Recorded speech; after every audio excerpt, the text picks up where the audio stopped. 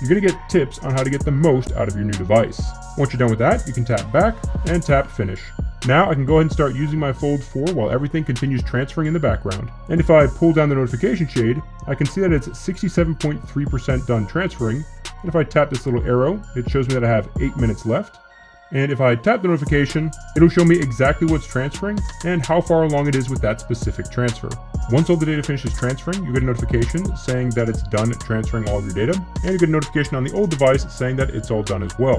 And if you're also transferring over a Galaxy Watch, you'll get a notification there asking you to connect to the new device. And the process for this will be to reset your Galaxy Watch, connect it to the new device, and it'll automatically restore all of your data back to the Galaxy Watch. And if I go to my home screen and pull down my notification shade, you'll see that it's still organizing all of my data. So if I tap this down arrow, I can see that there's still 42 minutes left until it's completely finished setting up all the data. And if I tap it, it'll show me what it's currently organizing. So right now, it's updating all of my messages data. Now, fortunately, at this point, all of the data has been transferred, and I don't need to keep the old device nearby anymore. So I can just tap done, and either turn the old device off, or set it somewhere else. Once everything finishes unpacking, you'll be given the data transfer results with everything that was transferred. Now just tap next, and if you're also transferring a Galaxy Watch, it'll walk you through the rest of that process now. Once that's done, it'll tell you that you're all set and that you just need to sign into your calendar to get all of your synced events. Now just tap done, and everything will be transferred to your new device. If you backed up all your data to a USB stick, then you would just go through the entire setup process to get to this screen on your Fold 4 without using any of the restore methods that were offered.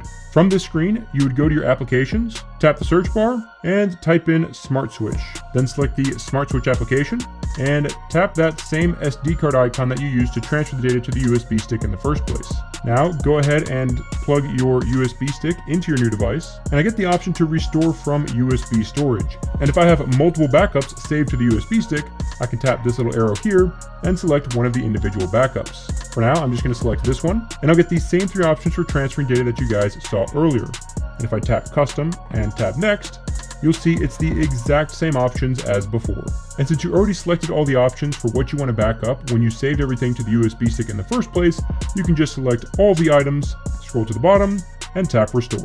If you have to transfer data from multiple USB sticks, or even multiple devices if you want to, all you'd have to do is finish the restore process with one USB stick. Then once the process finishes, it'll take you back out of the Smart Switch application, at which point you can just reopen the Smart Switch application and select receive data if you want to get data from another phone, or tap the micro SD card option and select a new USB storage to finish the transfer.